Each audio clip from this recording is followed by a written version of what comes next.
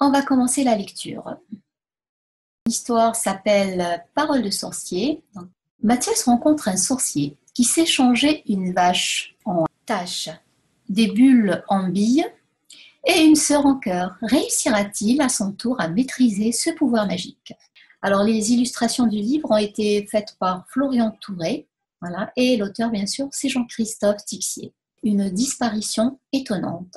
Ce jour-là, en revenant de l'école, Mathias croisa une vache. Une belle grosse vache blanche avec des taches noires. Il aimait les vaches car c'était à ses yeux l'animal le plus pacifique. Quand il arriva à sa hauteur, elle disparut en un éclair. Mathias se figea d'étonnement. Comment un animal aussi énorme pouvait-il disparaître ainsi? Il se frotta longuement les yeux, puis il observa les alentours. Là, sur le sol, à l'endroit où se trouvait la vache, quelques secondes plus tôt, il y avait une hache. Tout à coup, Mathias entendit un gros éclat de rire. Un peu plus loin, un homme se tenait devant un arbre. Il portait une longue cape bleue, un large chapeau pointu, bleu lui aussi. Ses grandes lunettes de soleil cachaient ses yeux et une interminable moustache s'enroulait sur ses joues. « C'est toi qui as fait ça ?» demanda Mathias. L'homme se redressa fièrement, puis il répondit avec un sourire malicieux. « Oui, c'est moi, je suis sorcier. » Mathias ouvrit de grands yeux. C'était la première fois qu'il en voyait un. « Et quel est ton pouvoir ?» Le sorcier éclata de nouveau de rire et d'un geste montra la hache. « Mon pouvoir consiste à changer une lettre dans chaque mot, expliqua-t-il d'un ton mystérieux. « Je ne comprends pas, insista Mathias. Le sorcier se pencha vers lui et murmura à son oreille. « Cela me permet de changer le monde. » Alors, le deuxième chapitre, une formule vraiment magique. Le sorcier adressa un grand sourire à Mathias et poursuivit ses explications. Pour cela, j'utilise une formule magique. N'existe que ce qui est nommé. Changeant une lettre par-ci, changeant une lettre par-là, la poule se transformera en boule, la grotte sera une crotte et la bave deviendra lave. À part transformer cette pauvre vache en hache, je ne vois toujours pas à quoi ça sert, s'impatienta Mathias. Le sorcier s'approcha de lui. Regarde bien, avec ma formule magique, je transforme cette voiture en voilure. Et effectivement, la voiture fut changée en voilure. Le pauvre conducteur se retrouva le volant dans les mains, assis en haut du mât d'un bateau. Avant que Mathias n'ait eu le temps de dire quoi que ce soit, le sorcier poursuivit. Avec ma formule magique, ta sœur se métamorphose en cœur. Mathias s'éclata de rire. Le sorcier ne connaissait visiblement pas sa peste de sœur pour dire une chose pareille. Elle est trop casse-pied pour devenir un cœur, déclara-t-il. Le sorcier continua sa démonstration. Ton père devient ta mère et ta mère devient ton père. Ça ne change rien, puisque j'ai toujours un père et une mère, protesta Mathias. Le sorcier se gratta la tête et se dit que le garçon avait raison. Ça ne changeait pas grand-chose. Nous allons maintenant passer au troisième chapitre, le sorcier ensorcelé. C'est là que Mathias va se transformer en sorcier. Alors, regarde ça, annonça le sorcier. Je suis certain que cela va te convaincre. Avec ma formule magique, je peux aussi transformer les bulles en billes. Le sorcier extirpa de sa poche un petit flacon, l'ouvrit et souffla dans la bague en plastique. Aussitôt, des bulles s'envolèrent. Le sorcier récita alors sa formule magique et les bulles tombèrent sur le sol transformées en billes. Mathias comprit soudain mieux l'intérêt du pouvoir magique. « Waouh, c'est drôlement intéressant !» s'exclama-t-il en ramassant les billes. Encouragé, le sorcier poursuivit. « Et la hache devient une tache. » Sur le sol apparut une grande tache aux couleurs de la vache. « Mais Et la vache, s'indigna Mathias, il faut la faire réapparaître. Ce n'est qu'une vache, commenta le sorcier. Mathias sentit la colère monter en lui. Il trouvait que les vaches avaient droit au respect. Une idée lui vint. Si j'ai bien compris, lança-t-il, toi, tu te transformes en moi, et moi, je deviens toi. Et avant que le sorcier n'ait eu le temps de réagir, Mathias récita la formule magique. Dans la seconde, la cape du sorcier enveloppa les épaules de Mathias. Le nouveau sorcier éclata de rire. Maintenant, c'est moi qui possède le super pouvoir. Tu n'as pas le droit d'agir ainsi, protesta l'ancien sorcier. Pas le droit, dit Mathias, très à l'aise dans sa nouvelle peau de sorcier. On va voir ce qu'on va voir. Alors l'ancien sorcier protesta, lança son chapeau par terre et de rage le piétina. « Oh, tu m'as bien eu, râla-t-il. »« Que la tache redevienne vache, cria Mathias. La vache reprit sa route en meuglant, sans avoir compris ce qui lui était arrivé. Chapitre 4. Donc le pêcheur et le bûcheron. Mathias, le sorcier, s'éloigna, bien décidé à expérimenter son nouveau pouvoir.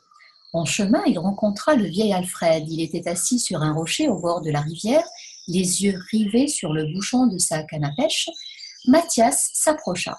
« Ça mord » demanda-t-il. Tout fier, le pêcheur montra les poissons qu'il avait attrapés. Il y en avait une dizaine dans un seau. De nouveau, la colère envahit Mathias. Pourquoi s'en prendre ainsi à des animaux sans défense? Il se mit à réciter la formule magique. N'existe que ce qui est nommé, changeant une lettre par-ci, changeant une lettre par-là, que la canne à pêche devienne une canne à poche. Aussitôt, au bout de la longue canne en bois, une poche apparut. « Comment vais-je pêcher avec ça ?» protesta le vieil Alfred. Mathias s'éclata de rire. Décidément, cette formule magique permettait de bien s'amuser. Mais le pêcheur était en colère et Mathias s'enfuit avant qu'il ne l'attrape. Le jeune sorcier fila se cacher dans la forêt. Là, un bûcheron était en train de couper un arbre. Avec sa hache, il donnait de grands coups dans le tronc. Mathias s'immobilisa. Pourquoi abattait-il un arbre aussi beau? Il devait au plus vite trouver une solution pour arrêter le bûcheron. Après un instant de réflexion, il prononça de nouveau la formule magique. N'existe que ce qui est nommé, changeant une lettre par-ci, changeant une lettre par-là, et que la hache devienne une vache. Aussitôt, une vache apparut, une belle grosse vache blanche avec des taches noires. Surpris, le bûcheron lâcha la queue de l'animal. « Mais que se passe-t-il » répondit la vache. L'homme se tourna vers Mathias. « C'est toi qui as fait ça ?» Mathias hocha la tête en souriant. « Rends-moi ma hache, j'en ai besoin pour travailler. »« Il faut laisser les arbres tranquilles, » rétorqua Mathias. En voyant que le bûcheron était furieux, il reprit sa course. Chapitre 5. La ferme en folie. Alors, pour échapper à son poursuivant, Mathias se réfugia dans la cour de la première ferme qu'il trouva. Derrière cette ferme, il y avait un abri pour protéger le bois. À côté stationnait le camion de l'abattoir. Les veaux affolés refusaient de grimper dedans. Mathias devait trouver le moyen de les protéger. Il eut alors une idée et prononça. « N'existe que ce qui est nommé, changeant une lettre par-ci, changeant une lettre par-là, que les veaux se changent en sots. » Dans l'instant, les veaux cessèrent de bêler et se transformèrent en sots. Le fermier en colère s'approcha de Mathias. « Qu'as-tu fait de mes veaux? Et que vais-je faire de tous ces sots ?» Mathias prit peur. Pour protéger sa fuite, il devait créer une diversion. Il récita une nouvelle fois sa formule magique. « N'existe que ce qui est nommé, changeant une lettre par-ci, changeant une lettre par-là, que les bûches deviennent des biches. » Une multitude de biches craintives bondirent en tous sens, empêchant le fermier de rattraper Mathias. Le jeune sorcier courut aussi vite qu'il put se réfugier chez lui. Alors, chapitre 6, une mouche géante. La première personne qu'il croisa en rentrant, ce fut sa sœur, et comme d'habitude, elle ne put s'empêcher de l'asticoter. « Salut, petit microbe, que fais-tu dans… » Cet accoutrement, tu reviens d'un bal masqué? Répète ce que tu viens de dire si tu l'oses, menaça Mathias. Oh, je n'ai pas peur, sale petit microbe de rien du tout, répéta Léa. Un léger sourire se dessina sur le visage de Mathias. Tu vas voir ce que tu vas voir. Elle le regarda surprise. Et je vais voir quoi, petit microbe? Mathias ne se fit pas prier. Il récita. N'existe que ce qui est écrit, changeant une lettre par-ci, changeant une lettre par-là, que tes joues se transforment en roux et que tes mains deviennent des pains. Ouh là là. Léa se précipita dans la salle de bain. Quand elle se vit dans la glace, elle poussa un hurlement d'horreur. De la part de l'immonde microbe, lui cria Mathias. Et comme il ne voulait pas s'arrêter en si bon chemin, il ajouta que la douche se transforme en mouche. Un nouveau hurlement retentit et sa sœur sortit en courant, suivie par une énorme mouche noire. Mathias prit peur, il se mit à réfléchir à toute vitesse. Et si je transformais la mouche en bouche, se dit-il, oh non, elle risquerait de nous manger. La mouche géante tournoyait sans cesse autour d'eux dans un bourdonnement sinistre. Et en souche, non, en tombant, elle risquerait de nous écrabouiller. Enfin, Mathias trouva la solution. Que la mouche devienne une louche. Rapidement, oui. Aussitôt, une louche s'écrasa sur le sol. À quoi joues-tu? Hurla Léa.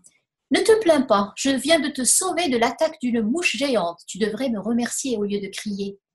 Mais regarde-moi, je suis monstrueuse. Je vais te tordre le cou, sale petit microbe. Sentant que la menace était bien réelle, Mathias quitta la maison à toutes jambes, en se promettant de revenir quand sa sœur serait calmée. Alors, le dernier chapitre, la poursuite infernale. Une fois dehors, Mathias s'aperçut qu'ils étaient tous là à l'attendre, le fermier, le pêcheur ainsi que le bûcheron. Et tous étaient en colère contre lui. « Rends-moi mes veaux, ordonna le fermier. Que veux-tu que je fasse avec tous ces seaux ?» À son tour, le pêcheur exprima sa colère. « Je veux une nouvelle canne à pêche. Avec cette canne à poche, je ne peux attraper aucun poisson. Et moi, je veux ma hache. »« Comment pourrais-je couper les arbres avec une vache ?» s'écria le bûcheron. Mathias comprit qu'il allait passer un très mauvais moment. Par chance, sa sœur arriva à son tour. Quand le fermier, le pêcheur et le bûcheron virent qu'elle avait des roues à la place des joues et des pains en guise de main, ils se figèrent ébahis. Mathias en profita pour prendre aussitôt la poudre d'escompette. Donc, partir très vite. Il courait aussi vite qu'il pouvait, mais derrière lui, il entendait des cris, les cris de ses poursuivants, se rapprocher. Il se mit à courir plus vite encore. Il devait retrouver le sorcier. Par chance, celui-ci était toujours sur le chemin où il l'avait croisé. Mathias lança aussitôt la formule magique. N'existe que ce qui est nommé, changeant une lettre par-ci, changeant une lettre par-là, que moi je me transforme en toi, et que toi tu deviennes moi. Dans l'instant, Mathias redevint Mathias, et le sorcier redevint sorcier. Voyant ses poursuivants arriver, Mathias dit au sorcier, « J'ai besoin de toi pour réparer mes bêtises. Oh oui, j'ai l'impression que je vais avoir du travail pour remettre tout en ordre, » s'exclama le sorcier. Et il commença à réciter. N'existe que ce qui est nommé, changeant une lettre par-ci, changeant une lettre par-là. Le sorcier hésita, ne sachant comment réparer toutes les bêtises de Mathias en même temps. Que le pire se transforme en rire, souffla Mathias. Très bien. Bonne idée, commenta le sorcier avant de prononcer la fin de la formule. Aussitôt, tous les poursuivants se mirent à rire. Le sorcier en profita pour rendre ses veaux au fermier, sa canne à pêche au pêcheur, sa hache au bûcheron. Et Léa retrouva son apparence habituelle. On pourrait aussi transformer le repos bien mérité en grand repas, proposa Mathias. Et que ta sale peste de sœur devienne sage, ajouta le sorcier avec un clin d'œil. Et il récita sa formule magique. De longues tables apparurent, couvertes de nappes magnifiques, sur lesquelles un appétissant buffet attendait d'être dévoré. Il y avait une multitude de plats délicieux, des gâteaux, des goulinons de crème, et même une immense coupe remplie de foin odorant pour la vache. Il y eut ce soir-là une joyeuse fête au village, où tous les habitants furent conviés.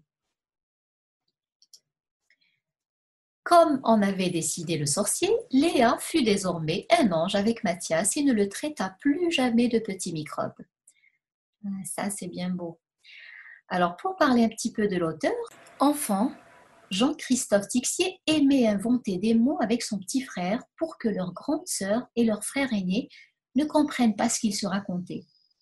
Il était aussi persuadé qu'une formule magique pouvait le propulser dans des ailleurs merveilleux. Aujourd'hui, malgré ses 1,92 m, il a gardé ses rêves d'enfant. Il a parfois 12 ans, souvent 20 ans et demi, presque jamais 45. Voilà, j'espère que l'histoire vous a plu.